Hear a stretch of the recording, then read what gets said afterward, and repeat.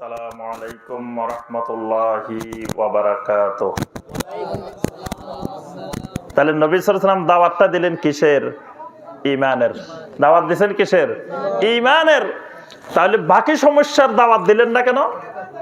বলেন না যে ও দুনিয়ার মানুষ খবরদার চুরি ছাড়ো, ও দুনিয়ার মানুষ মদ ছাড়ো, ও দুনিয়ার মানুষ মারামারি ছাড়ো, ও দুনিয়ার মানুষ নারীর অধিকার আদায় করো, ও দুনিয়ার মানুষ এটা করো এটা করো। এগুলা কিন্তু আল্লাহ রাসূল সাল্লাল্লাহু আলাইহি ওয়াসাল্লাম বলেন নাই। বলছেন কি? হ্যাঁ, লা ইলাহা ইল্লাল্লাহ বলো, ঈমান ঠিক করো।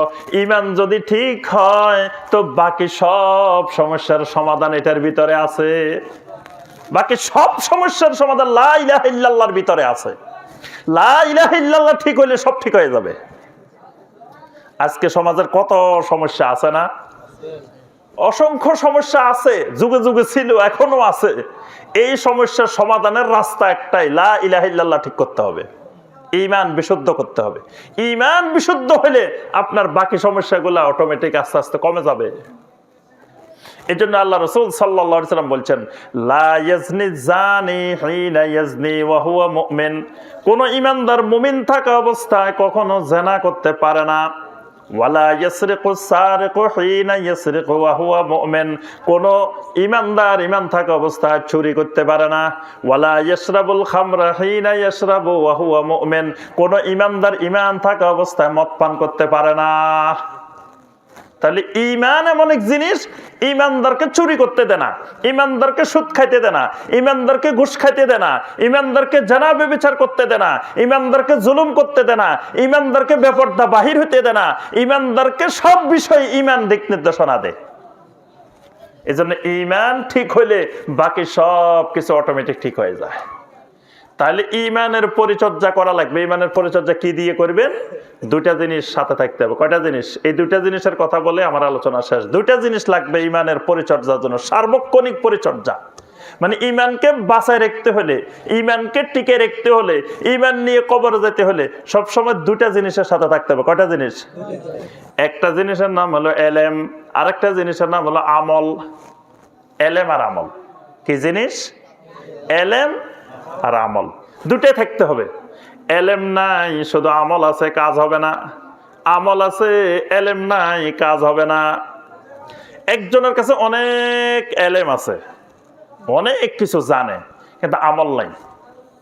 এই জানায় কোনো লাভ হবে? এই জানা ইমান বাঁচানো যাবে না। জানা তো আবু জাহেলও জানতো, আবু জাহেল কম জানতো না কি? আবু জাহেল কম জানতো? আবুল হেকাম ওই যুগের সবচেয়ে বড় জ্ঞানী, বড় বুদ্ধিজীবী, বড় বিচক্ষণ মানুষ, সব জানতো। আবু তালেবে কম জানতো নাকি? কিন্তু জানি কি লাভটা হয়েছে? মানে নাই। আল্লাহ রাসূল সাল্লাল্লাহু আলাইহি ওয়াসাল্লাম আবু তালেবকে বলছেন, ইয়া আম্মি কুল লা ইলাহা ইল্লাল্লাহ। চাচা আপনি শুধু লা ইলাহা ইল্লাল্লাহ বলেন, উহাজ্জু লাকা বিহা ইনদাল্লাহ। কিয়ামতের দিন আল্লাহর কাছে আপনার এই ঈমানটাকে আমি দলিল হিসাবে পেশ করব।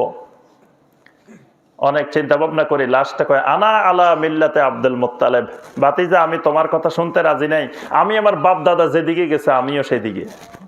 কাফেরদের কথা সবসময় যে বাপ দাদা যেদিকে আমিও সেদিকে। বাপ দাদারা যা করি এসছে এটা ছাড়া যাবে না। আমি একবার এক এলাকায় বিয়ে পড়াইতে গেছি, তো উকিল বাপ নিয়ে আসছে ধরি। আপনাদের এদিকে মনে হয় নাই? আলহামদুলিল্লাহ, আহলে হাদিস এলাকায় তো থাকার কথা না। উকিল বাপ নিয়ে আসছে, নিজের বাপ আছে, আরেকজনের বাপ বানাইতে আনছে। তা আমি বললাম যে আপনি বাপ আছেন না? কয় হ্যাঁ আছি। তা বাপ থাকলে আবার উকিল বাপ আরেকজন কি দরকার? আপনি তো বাপ আছেন, এটা তো ইসলামে এরকম কোনো সিস্টেম নাই। আরেকজনের বাপ বানাইবার সিস্টেম ইসলামে নাই। যেমন আরেকজনকে স্বামী বানানো যায় না, স্বামী আছে আরেকজনের স্বামী বানানো যাবে না, বাপ আছে আরেকজনকে বাপ বানানো যাবে না, এই সিস্টেম ইসলামে নাই। আচ্ছা কয় না ঠিক আছে শাইখ নাই, তবে আমাদের বাপ দাদারা সবাই করিয়ে আসতেছে। তা আমি বললাম বাপ দাদারা করিয়ে আসতেছে, এই কথাটা আল্লাহ পাক কোরআনে কারীমের মধ্যে বারবার বলছেন, এটা কাফেরদের কথা। ওয়া ইযা কিলা লাহুম তাআলাউ ইলা মা আনসালাল্লাহু ওয়া ইলার রাসূল। কাফেরদেরকে যখন বলা হয় আল্লাহ এবং রাসূলের দিকে ফিরে আসো, কাফেররা বলে ওঠে ক্বালু হাসবুনা মা ওয়াজাদনা আলাইহি আবাআনা।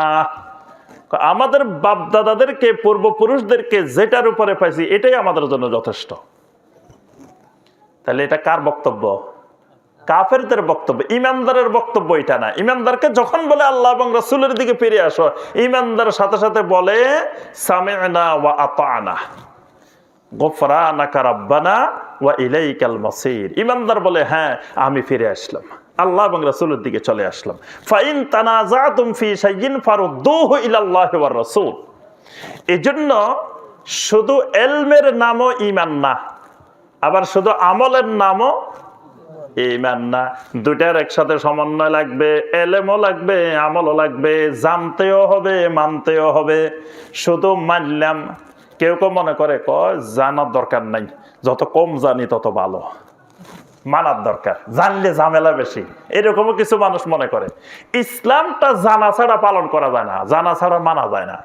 জানা ছাড়া মানতে গেলে শয়তান তাকে নিয়ে খেলাধুলা করে। কি করে? এটাকে বলা হয় তালবিসে ইবলিস। যখন আপনি এলেম ছাড়া আমল করা শুরু করছেন, ইবলিস কয় পাইছি, এক খেলার সাথে পাইছি, এক দোস্ত পাওয়া গেছে। কি করবে ইবলিস? আপনি কয়দিন তাহাজ্জুদ পড়ছেন, খুব সুন্দর করে আমল করার চেষ্টা করতেছেন, রাত্রে উঠে ইবাদত বন্দেগী করতেছেন, ইবলিস আপনাকে নতুন নতুন স্বপ্ন দেখানো শুরু করবে। যখন আগে স্বপ্নগুলো দেখতেন না, এখন দেখতেছেন, কয় মনে হয় আমি আস্তে আস্তে আল্লাহর ওলি হইতেছি, নতুন নতুন স্বপ্ন দেখতেছি। কয়দিন পরে একদিন কবরস্থানের ফাঁস দিয়ে যাইতেছেন, শয়তান কবরের ভিতরে ঢুকছে, ঢুকি কবরের থেকে বলতেছে আসসালামু আলাইকুম হুজুর, কেমন আছেন? কিরে চারিদিকে তাকায় দেখে মানুষ টানুষ কেউ নাই। কথা বললো কে? কবরের ভিতর থেকে। কয় দেখো মরা মানুষ মাইয়েতারও আমার সাথে কথা বলা শুরু করে দিছে। এবার আরো আরো উপরে উঠতেছে, যে মনে হয় আমি বড় অলি হইতেছি আস্তে আস্তে। আচ্ছা, এবার কয়দিন পরে এক রাস্তা দিয়ে যাইতেছে, পিছন থেকে ইবলিস ডাক দিছে আসসালামু আলাইকুম শায়েখ, কেমন আছেন? ওরে কয় দেখো কোনো মানুষ নাই, গায়েবী আওয়াজ আসছে। আরেকদিন হঠাৎ করে এক জায়গা দিয়ে রাস্তা দিয়ে যাইতেছে, আমি আপনারে আল্লাহর ওলি বানাই দিলাম। গায়েবী আওয়াজ আসছে, আমি আল্লাহর ওলি হয়ে গেছি। মানে তো এলেম নাই, এলেমবিহীন আমল করা শুরু করছে। এই এলেমবিহীন আমল করলে ইবলিস তাকে খেলার সাথী বানায়। এটাকে বলা হয় তালবিসে ইবলিস। ইমাম ইবনুল জাওজি রাহিমাহুল্লাহ বিশাল এক কিতাব রচনা করছেন শুধু তালবিসে ইবলিসের উপরে। ইবলিস কিভাবে খেলাধুলা করে এসব ব্যক্তিদেরকে নিয়ে। আর আমাদের দেশে ইবলিসের খেলার সাথী যারা হয়েছে, এদেরকে আমরা আল্লাহর ওলি মনে করে বসে থাকি। আসলে এরা ইবলিসের খেলাধুলার সাথী হয়ে গেছে, সাথী হয়ে এরকম অলি সাজি গেছে, আর আমরা মনে করি তো বিরাট আল্লাহর ওলি হয়ে গেছে। সবগুলার কারণ জাহালত। প্রকৃত এলেম, ইমানি এলেম নাই, ইমানি এলেমের অভাব। আল্লাহ পাকের জন্য সূরা মুহাম্মদের 19 নম্বর আয়াতে বলছেন ফাআলাম আন্নাহু লা ইলাহা ইল্লাল্লাহ ওয়াস্তাগফির লিযামবিকা ওয়ালিল মুমিনিনা ওয়াল মুমিনাত। ফাআলাম আন্নাহু লা ইলাহা ইল্লাল্লাহ। দুনিয়ার মানুষ, তোমরা লা ইলাহা ইল্লাল্লাহর ইলম শিখো, ঈমানের ইলম শিখো, লা ইলাহা ইল্লাল্লাহর ইলম শিখো। এখনো দেখেন, আমি যদি পরীক্ষা নিই, লা ইলাহা ইল্লাল্লাহর অর্থটাও সবাই সঠিকভাবে বলতে পারবেন না। বলেন তো দেখি, লা ইলাহা ইল্লাল্লাহর বাংলা বলেন। লা ইলাহা ইল্লাল্লাহর বাংলাটা কি হবে? আল্লাহ ছাড়া, জি আচ্ছা আপনি বলিয়েন না, একজনে বলিয়েন না, বাকিরা বলেন দেখি। আল্লাহ ছাড়া কোনো মাবুদ নাই। এখনো লা ইলাহা ইল্লাল্লাহর অর্থটাও শেখা হয় নাই। এই জীবনের 40 বছর 50 বছর 60 বছর চলে গেছে, এখনো লা ইলাহা ইল্লাল্লাহর অর্থই শেখা হয় না। তা আর হবে কোন সময়, কি হবে কোন সময়? এলেম শূন্য, এলেম বিমুখ। আজকে আমাদের ইমানের সমস্যার পিছনে মূল কারণ এলেম বিমুখ। ইমানি এলেম নাই, ইমানি এলেম চর্চা নাই, ইমানি এলেম জানি না, জানার জন্য চেষ্টাও করি না। অথচ সাহাবাই কেরাম এত কিছু জানতেন, তাও তারা মৃত্যু পর্যন্ত এলমের পিছনে লেগে থাকতেন, জানার পিছনে লেগে থাকতেন, দিন সম্পর্কে জানার জন্য। কারণ জানা ছাড়া ইসলামের কোনো বিধান, হুকুম, আহকাম পালন করা যায় না। ইসলামটা এলমের উপরে প্রতিষ্ঠিত। লা ইলাহা ইল্লাল্লাহর অর্থ হলো লা মা'বুদা বিহাক্কিন ইল্লাল্লাহ। আল্লাহ ছাড়া সত্য কোনো মা'বুদ নেই। কিন্তু আমরা অনেক আমাদের দেশের সমাজের লোকদেরকে জিজ্ঞাসা করবেন, ভাই লা ইলাহা ইল্লাল্লাহ অর্থ কি? বলবে আল্লাহ ছাড়া কোনো মা'বুদ নেই। কোনো মা'বুদ নেই কথাটা ঠিক না তো। মা'বুদ কাকে বলা হয়? মা'বুদ বলা হয় যার ইবাদত করা হয়, তাকে বলা হয় কি? মা'বুদ। যার ইবাদত করে তাকে বলা হয় মা'বুদ।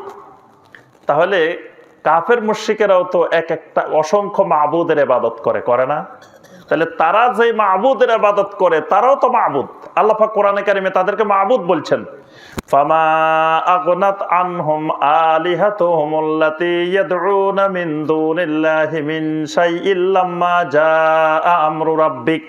আল্লাহ পাক এখানে বলছেন আমি আল্লাহর নির্দেশ যখন এসে গেছে তখন তারা আল্লাহ ছাড়া যে সকল মাবুদদেরকে ডাকতো তারা তাদেরকে কোনো উপকার করতে পারে নাই। এখানে কাফেরেরা যাদেরকে ডাকতো তাদেরকেও আল্লাহ মাবুদ বলছেন, তাহলে তারাও তো মাবুদ।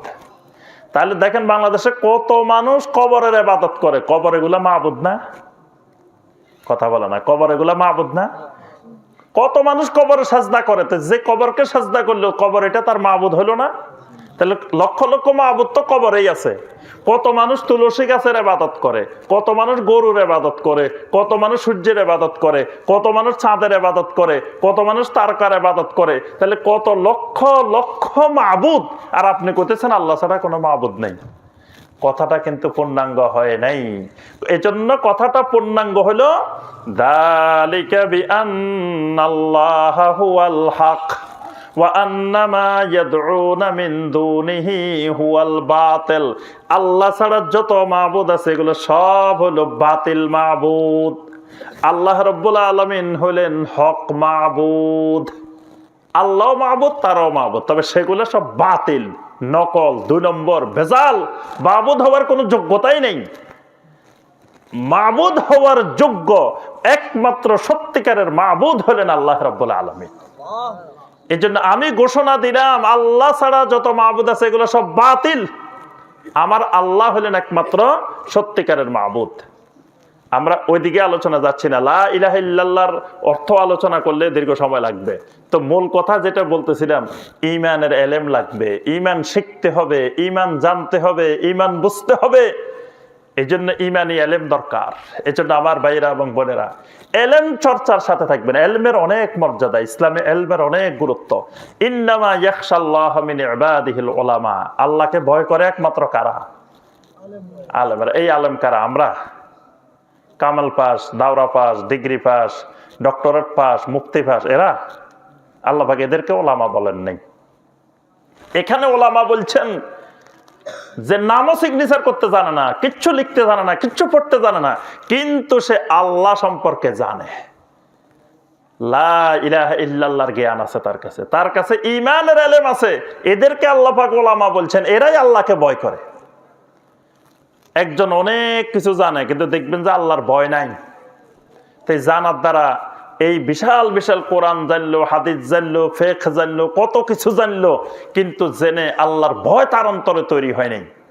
আরেকজন সামান্য জানে কিন্তু আল্লাহকে চিনলো, আল্লাহকে জানলো, আল্লাহকে বুঝলো, সার্বক্ষণিক আল্লাহর ভয়ে রত থাকে। আল্লাহর ভয়ে আল্লাহর একটা নাফরমানি করে না, আল্লাহর ভয়ে আল্লাহর একটা হুকুম ছাড়ে না। এই মানুষটা আল্লাহ বলছেন এরাই হলো জমিনে আমার ওলামা, এরাই আমি আল্লাহকে ভয় করে। তাহলে এই এলেমটা, এলেম বলতে বোঝানো হয় ঈমানের জ্ঞানটা, লা ইলাহা ইল্লাল্লাহর জ্ঞানটাকে এলেম বলে। এজন্য পৃথিবীর মানুষ 2টার উপরে চলে, একটা হলো এলমের উপরে চলে, আর একটা হলো জন্নের উপরে চলে, ধারণার উপরে চলে। এজন্য ঈমানদার চলবে এলমের উপরে, এলেম এবং আমল। আজকের জমানা ফেতনার জমানা, চতুর্দিকে ফেতনা আর ফেতনা, কত রকমের ফেতনা, ভয়াবহ ফেতনা, শুবহাতের ফেতনা, শাহওয়াতের ফেতনা, অসংখ্য ফেতনা। আল্লাহ রাসূল সাল্লাল্লাহু আলাইহি ওয়াসাল্লাম বলেন বাদিরু বিল আমাল, দ্রুত আমলের দিকে এগিয়ে আসো, দ্রুত আমলের দিকে এগিয়ে আসো, আমলে লেগে যাও। ফাসাতাকুনু ফিতানান, অতি শীঘ্র অন্ধকার রাত্রির মতো ফেতনা শুরু হয়ে যাবে। ইউসবিহুর রাজুল মুমিনান ওয়া ইউমসি কাফিরান, সকাল বেলায় মুমিন, সন্ধ্যায় কাফের হয়ে যাবে, সন্ধ্যায় মুমিন, সকালে কাফের হয়ে যাবে। ইয়াবিউ দীনাহু বিআরাদিন মিনাদ দুনিয়া, দুনিয়ার স্বার্থের বিনিময়ে, সামান্য স্বার্থের বিনিময়ে দিনকে বিক্রি করে দিবে। এজন্য এখন এই ফিতনার সময় ঈমান আর আমল নিয়ে টিকে থাকতে হলে সব সময় এলেমের সাথে থাকতে হবে, আমলের সাথে থাকতে হবে। অন্য কিছুর পিছনে দৌড়াইলে ঈমান সতেজ থাকবে না, ঈমান জিন্দা থাকবে না, ঈমান শক্তিশালী থাকবে না, ঈমান দুর্বল হয়ে ঈমান মরে যাবে। এজন্য আমার সম্মানিত ভাই ও বোনেরা, আমরা সকলেই ঈমানের এলেম, ঈমানকে জানা, ঈমানকে বোঝা, এটার জন্য চেষ্টা করব ইনশাআল্লাহ, এবং সবসময় আমলের সাথে লেগে থাকবো।